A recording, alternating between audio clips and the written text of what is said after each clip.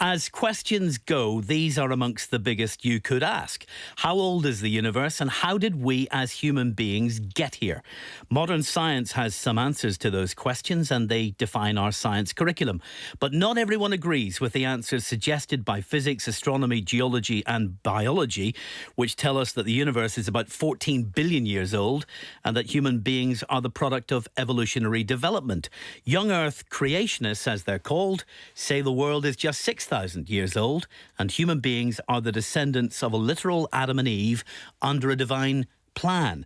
And many creationist campaigners think that alternative view of the world should have a place in the school curriculum. One of the world's leading creationist campaigners, John Mackay, is currently visiting Northern Ireland and hoping to change some minds here. And he's with us in the Talkback studio. John, welcome. Good afternoon. G'day, William. Good to be back again. It's good to talk to you. And we're with also Michael Nugent from Atheist Ireland, who's come up from Dublin for the day. How are you doing? Grand. Welcome.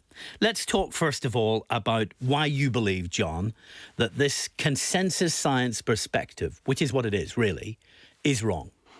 Number one, majority has nothing to do with truth. It's irrelevant in science just as it's irrelevant in politics. Truth versus error is the issue, not majority versus minority or science versus religion. In the classroom... That's not how science comes about, though. They don't just take a vote on what they believe, right? But when you argue consensus, that's exactly what you're arguing, that the majority believe, therefore, and in what you can't come to grips with, the fact is peer review is another way of keeping out anybody else's opinion, regardless of whether it's right or wrong. So in the school classroom, like I'll be in schools here in Northern Ireland and I'll be telling them about research professor Andy McIntosh made some great breakthroughs that are applied to industry, and his whole basis is God made the world in 6 days, so let's borrow God's ideas. He's an engineer, isn't he? He's a professor of engineering and he's just developed a magnificent spray but not physics, projection. Not astronomy, Oh, he's a mathematical geology, engineer. not So biology. yes, he is. Aren't your physics PhDs side. always in the wrong He's areas, in John? Thermodynamics, yes. which overlaps into evolution and all of that. So in other words, when you look at evolution that says we've started from nothing, gone to something, all of the world's evidence tells you the opposite. So I'll be talking about him and his breakthroughs based on creation. And you're going to do this in schools. You're going to be talking to how old will the school kids be? Oh, all ages. I've just got here, so they haven't even given me today's rest of the program yet. So I know I've got schools today and after that, so I can't help you with that. What is your ambition when you go into a school and talk to 14-year-olds, say, about these things? Basically to tell them what I discovered. But by the time I'd finished geology, I had to agree with one thing Charles Darwin said. The fossils are the worst part of my theory. I graduated in geology. He graduated in theology. He's 100% right. He was right in 1859. He's still right. So are you hoping to persuade these young minds that this perspective is right and that modern science is wrong? Oh, definitely. There's no doubt about it. What I became rather notorious for in Australia, I decided very quickly in the educational classroom that having a creation versus evolution conflict was not the way to go. So we devised a course on how do you know what you know in the first place, and it works for politics or religion or science. What's fact, what's fiction, what's theory, what's evidence? So it's a really useful way of saying, okay, kids, you want to be famous scientists, here's what you're looking for. Not the conflict and resolving that, but the way in which to know, is it a fact that the universe is 14.6 billion years old, or is it only the result of the latest theory? Are you also hoping by addressing young people that you will convert them to a particular Christian or religious point of view?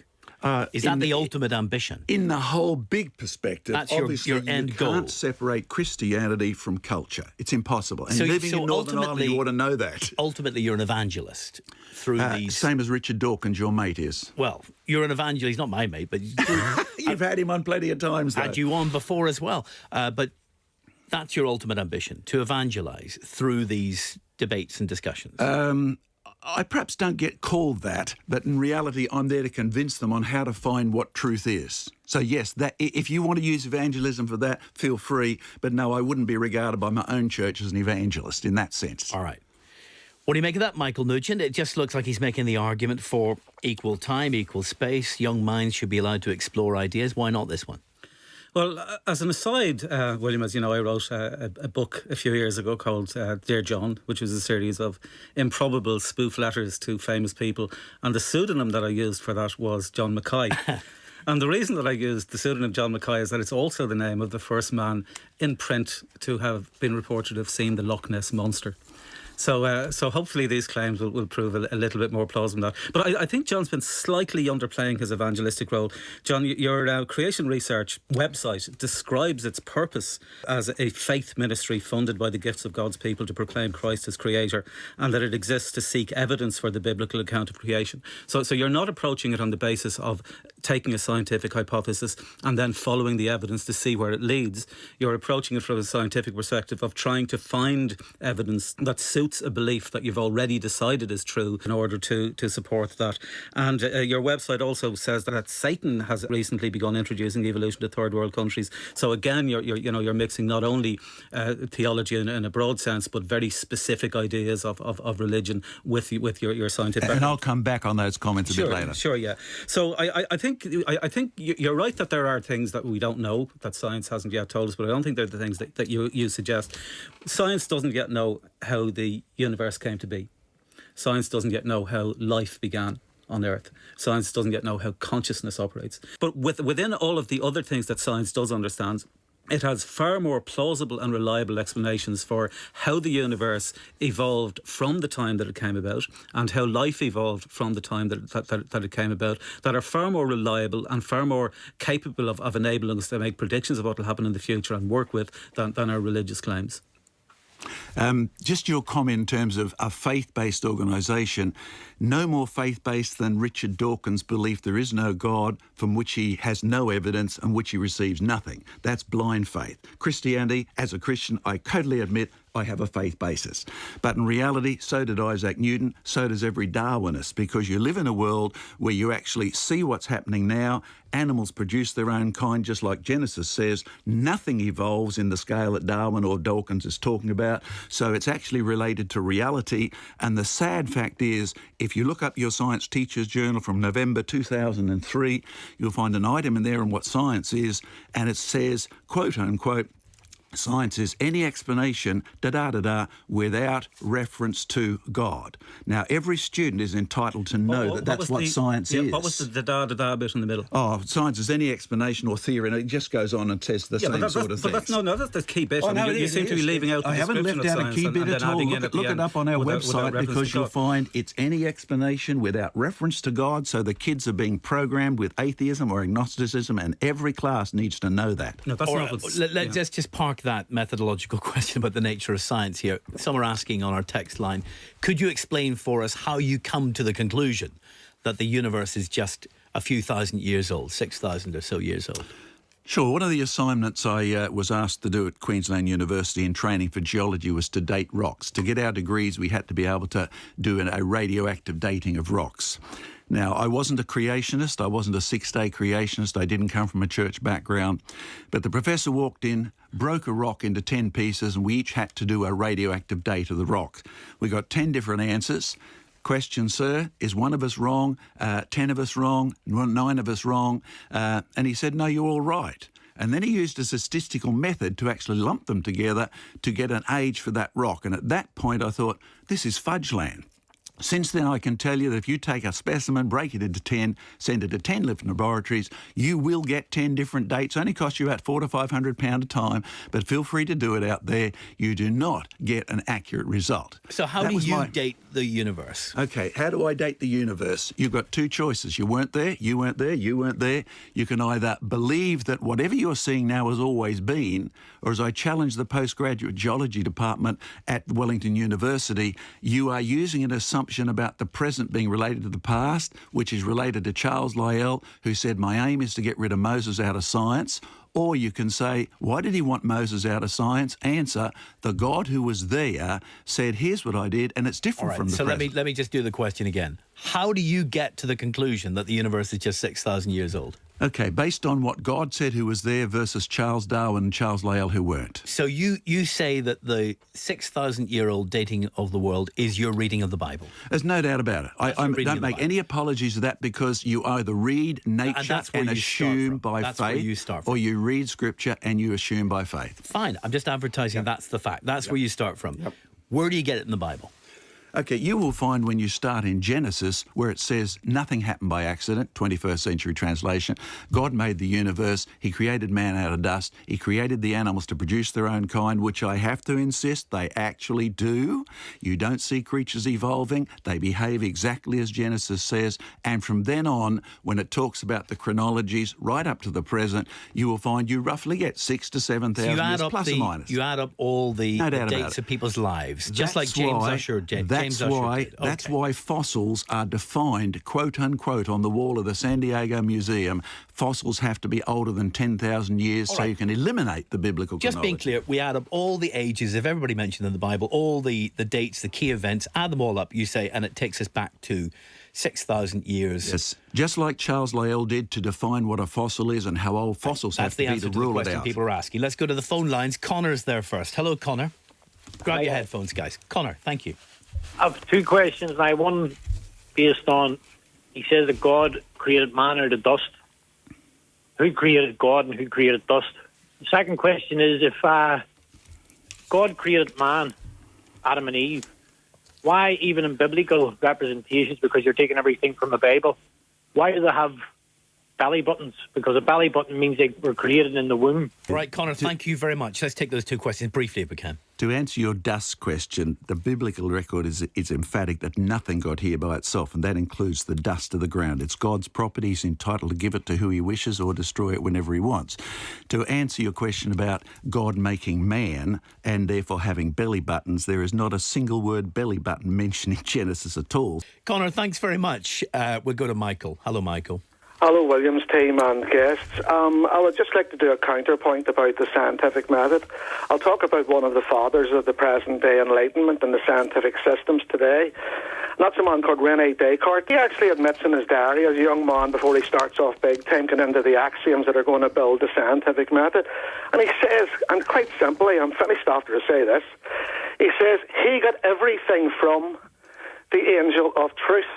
Now, what I am suggesting here is a lot of scientists are in secret societies, and they have another system of understanding reality. Like, for example, Newton and the likes of Isaac were in secret societies, and they were developing their scientific thesis from agencies from another dimension as well. Okay, Michael. This should be discussed. We're going to get into the Illuminati at any point now. Thank you very much. Descartes, of course, believed in God. So did Isaac Newton. William. Hello, William.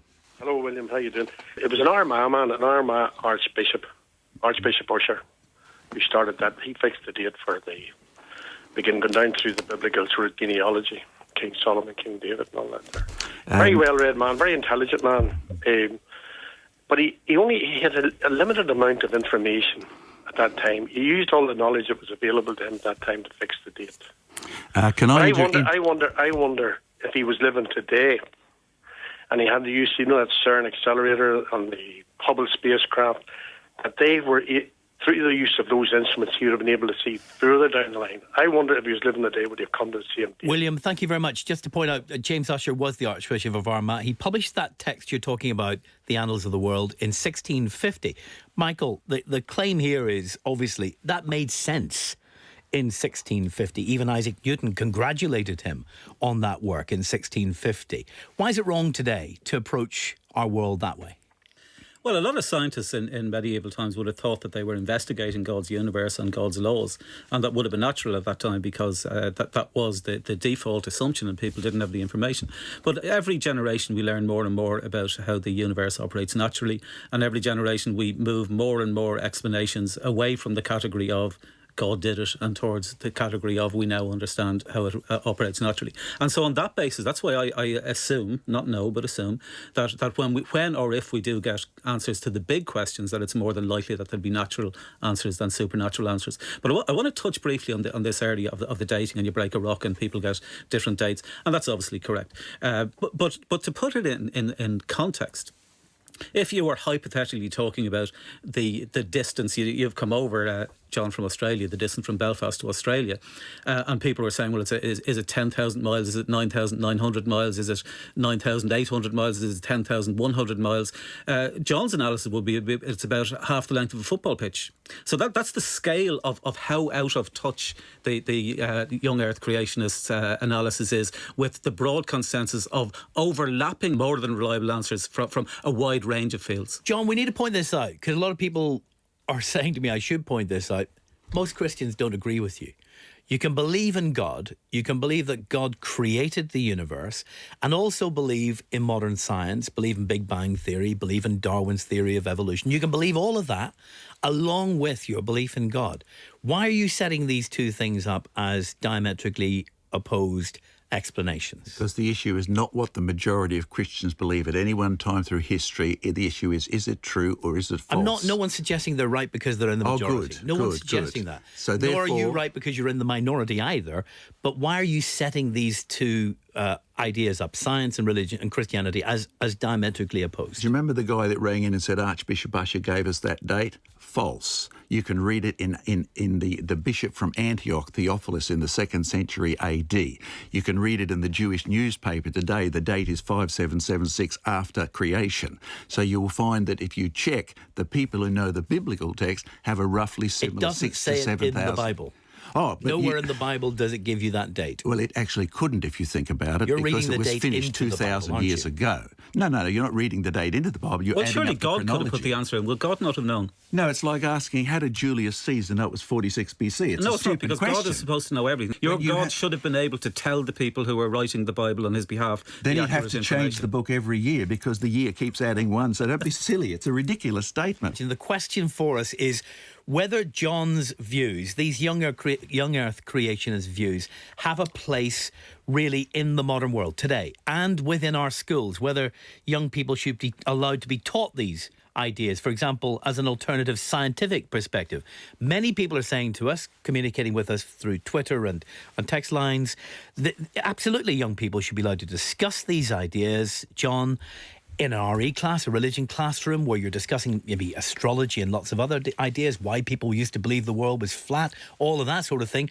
But what shouldn't happen is that young people's minds should be confused in a science classroom with the suggestion that this makes sense in the modern world. That's where you're wrong, because you've just said science can only have atheistic or agnostic explanations, and they all have a problem. I have Professor Ed Neeland, head of the science department, head of the synthetic chemistry department, University of Washington, a 6-day creationist who bases his research on enzymes and hormones on the fact that time is my enemy.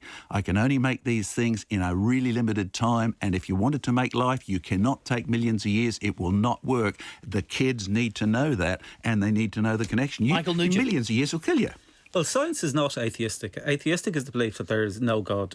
Science doesn't make any statement about whether there is a God or not. It acts on the assumption that it's studying the natural world. But it, as William has said, it is consistent for people to believe that there's a God and also to believe in science as the method by which God's universe operates. That's just a fact. I'm not joining the debate. It's It's just a fact that there are Christians in the world who believe in Darwinian evolution. Yeah, it's a fact that there are Christians who don't agree with that. That's just a fact. But for it to be an atheistic, for science to be atheistic, the scientists would, or the educators would have to be actively teaching that there's no God, and they don't do that. And I would be as strongly opposed to a science class being used to teach that there's no God as I am to science classes being used to teach that there is a God. And then even if there is hypothetically God, why should one particular God out of the thousands of gods that humans have invented be the one that children are taught about? Why wouldn't you have somebody going in teaching them that Muhammad flew on a winged horse? Now you have no idea of educational technique, or teaching them,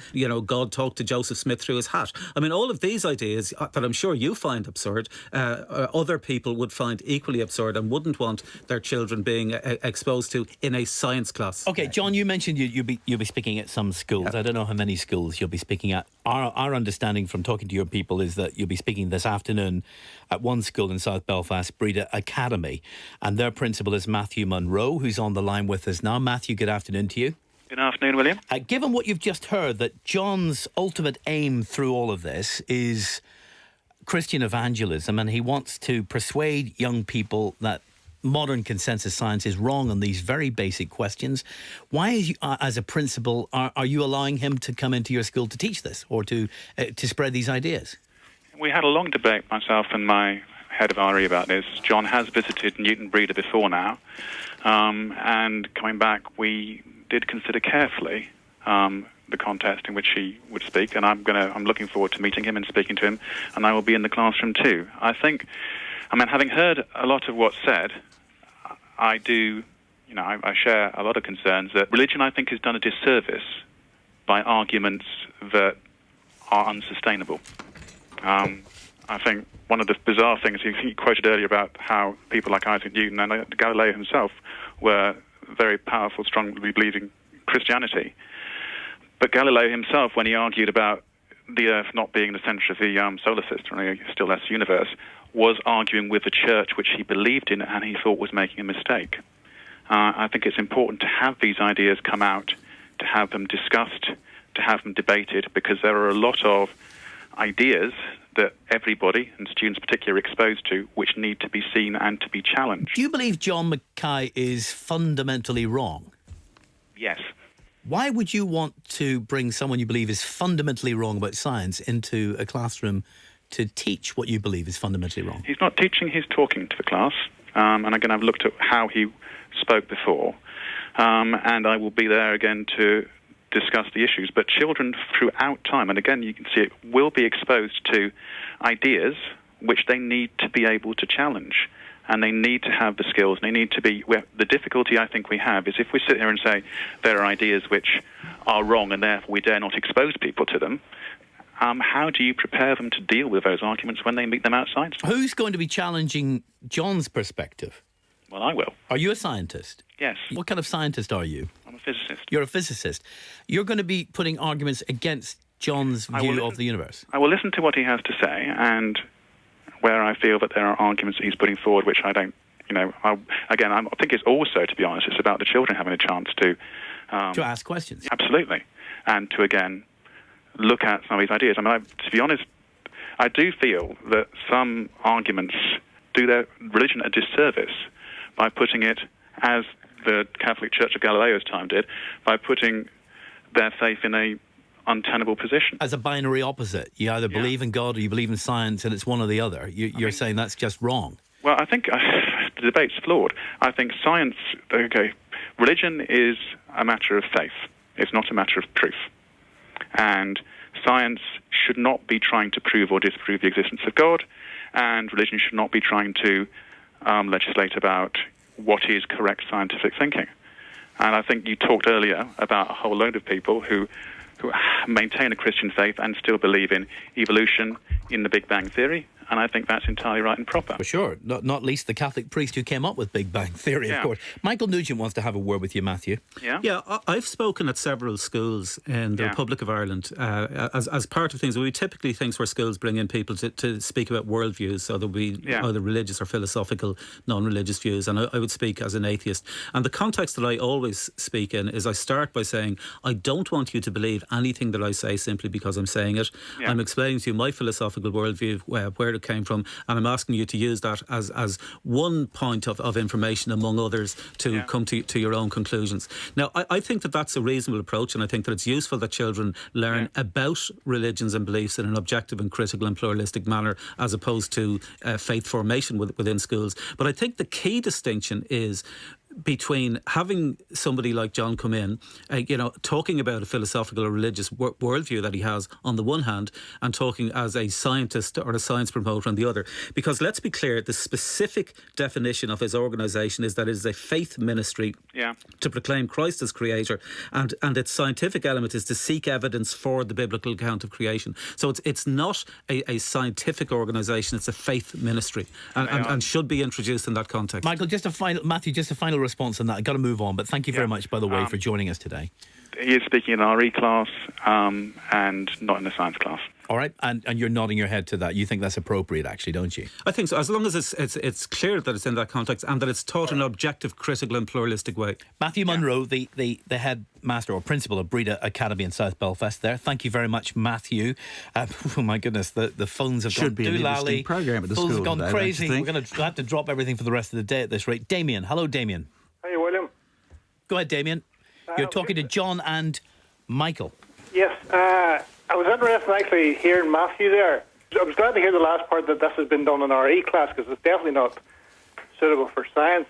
I was wondering if you'd be inviting in the advocates for the Flat Earth Society to debate their opinions next week, or do you not see any difference between the flat earthism and this belief? Not really. No. I mean, John says science can't be trusted when it comes to putting a date on the universe and the theory of evolution. But I'm sure John has a computer, a mobile phone, a car. I'm guessing he flew here in an airplane.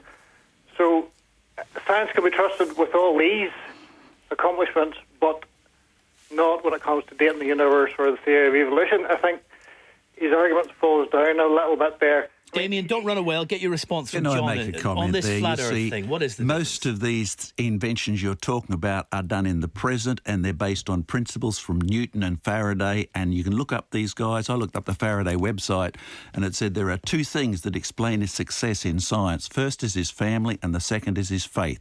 He was sure God was a creator, and God made the rules, and all he needed to do was find them. Once we find the rules about planes, they work. John, let's not play games we of words have to. here. You can believe in a creator without being a creationist. They're two different things. Yes, but can you believe in the God who is Jesus Christ and different say things. Let's come to his question. Not about cars and mobile phones and all the rest of it, but he says there's no difference really in our modern world between this kind of view that you're arguing the world is 6,000 years. Well, that's called dismissive ignorance, really. And someone who believes in flat earthism. No, it's absolutely dismissive ignorance. The four corners of the earth is mentioned in the Bible. The four corners is interesting and the earth is interesting, and if you try and treat the earth as if it's flat, you'll get in a boat, aim a flat line on a mat, and you won't get to where you're going to. So the flat earth can be dismissed with no trouble whatsoever. John, how do you know the earth's not flat? I have travelled all around it, my friend, many times, and I know all about great circle travel, and I know about aeroplanes, and I know about radar because of wars, and you just fly under the radar because the earth is curved. What do you call all those things, radars and airplanes, and what do you call all that? You would call all of that mechanical engineering. No, it's evidence. You're looking at evidence. Yes, evidence of intelligent design, and we know what the evidence of intelligent design is. Your brain is better designed than a radar set, so you were created, same like the radar was. Damien, thanks very much. Michael wants to have a word on that. I'm going to defend John on one of the points here, which I think is significant, which is once we're accepting now, I'm not talking about science, we're talking about the religious beliefs.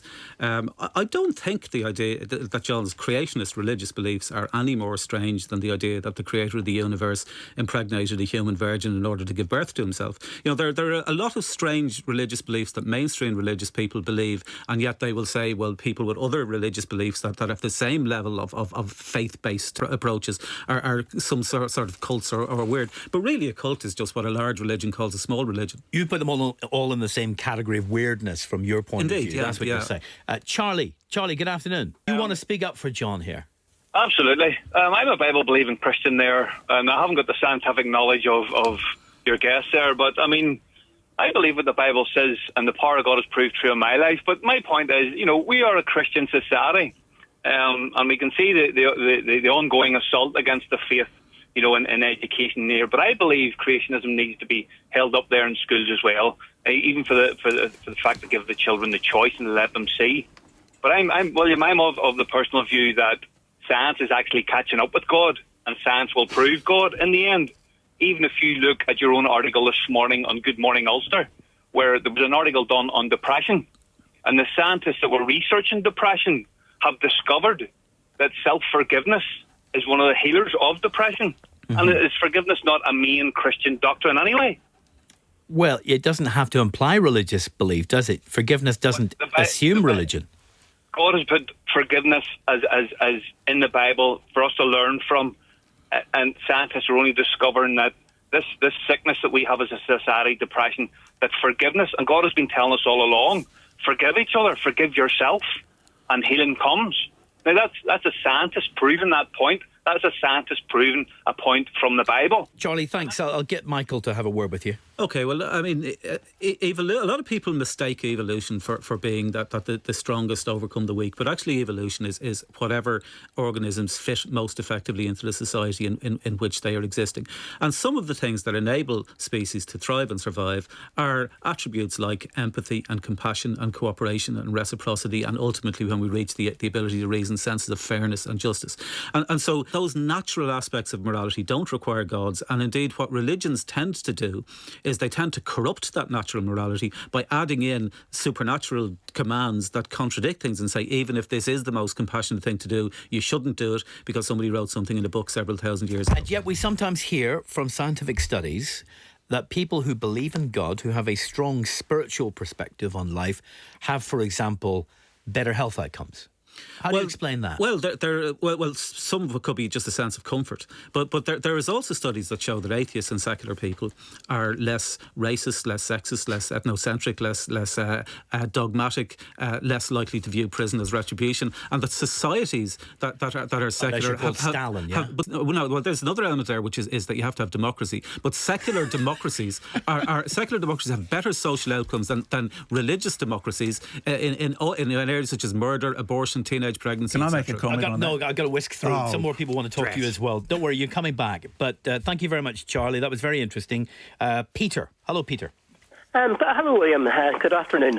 I believe you want to talk about radiometric dating, which is not a form of new dating apps or anything like that. It's a new Tinder. What I'd like to make to John is that geologists knew the Earth was very old long before radiometric dating. They've known this for several centuries now. And people such as James Hutton discovered the concept of geological time, and that was long before radiometric dating.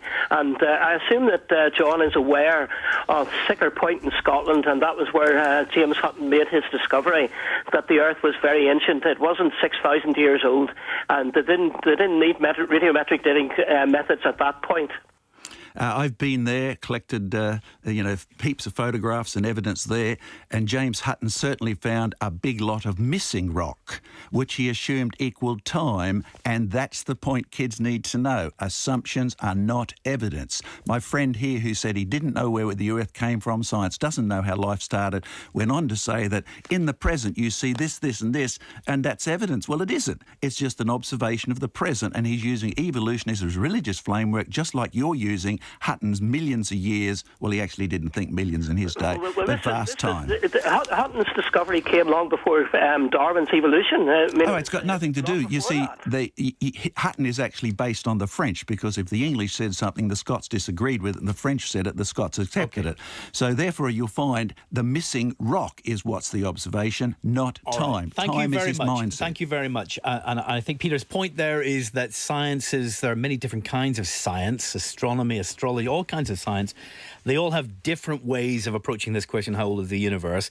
And the suggestion is that they come together in some kind of agreed understanding over time, which begins even before the arrival of radiocarbon dating and those kinds of things. But anyway, they have the same We're assumption. getting esoteric now. I know you love the esoteric. We're getting esoteric. Let's go to Brian. Hello, Brian. I think we've got time for two more calls. Brian, then Joan. I'm afraid we're going to have to call it a day at that point. But Brian, over to you. Well, William, I'd just like to ask John.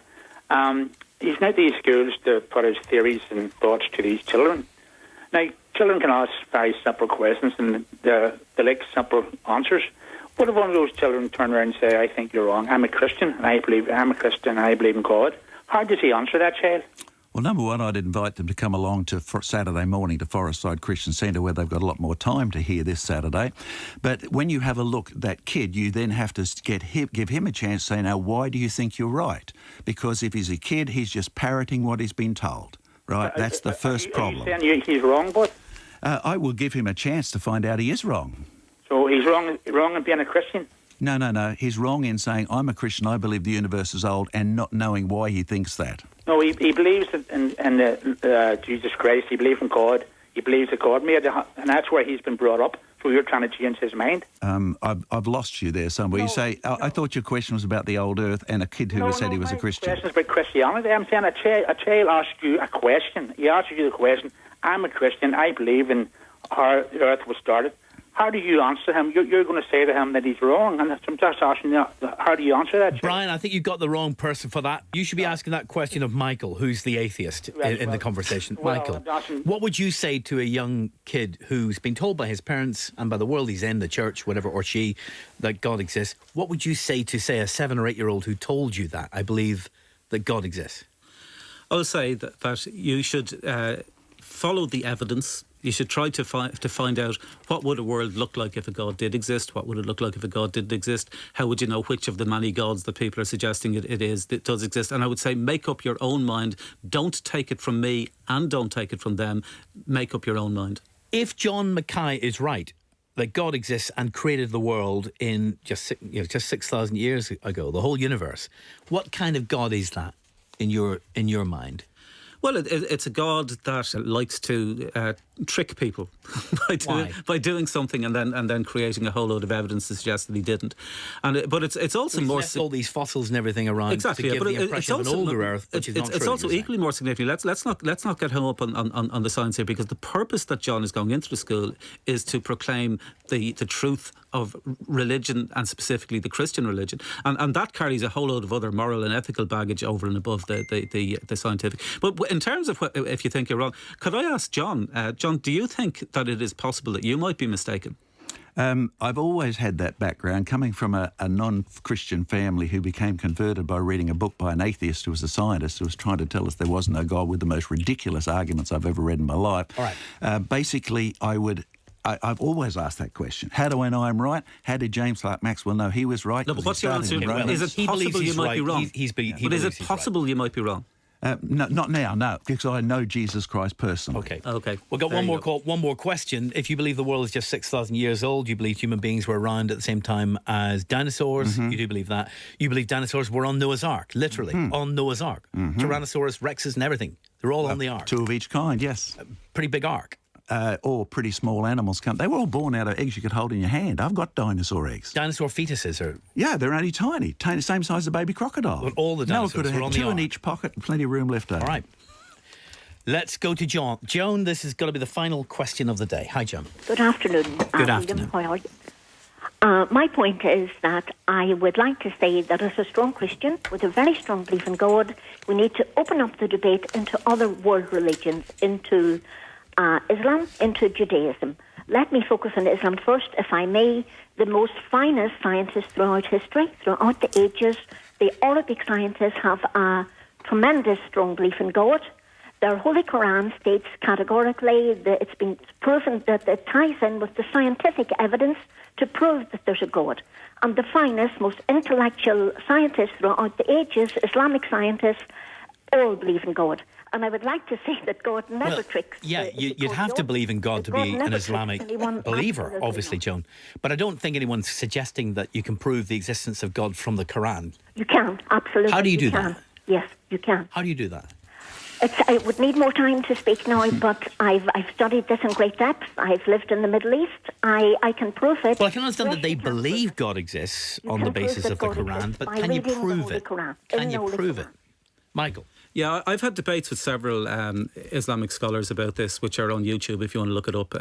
Michael Nugent and Islamic belief in God. But the one point that I would suggest that I agree with you on is there should be other worldviews presented, and I would suggest to schools that are bringing in speakers to also contact Atheist Northern Ireland if they want their children to get a rational alternative perspective as Another well. religious view. A non-religious view. Non-religious view. But rationalism is a religion. Is it? Yes, it leaves God out by deliberate choice. There we must leave it. You're going to disagree on that final point. Michael Nugent from Atheist Ireland. John Mackay, who is the International Director of Creation Research, currently visiting Northern Ireland. Thank you very much for coming in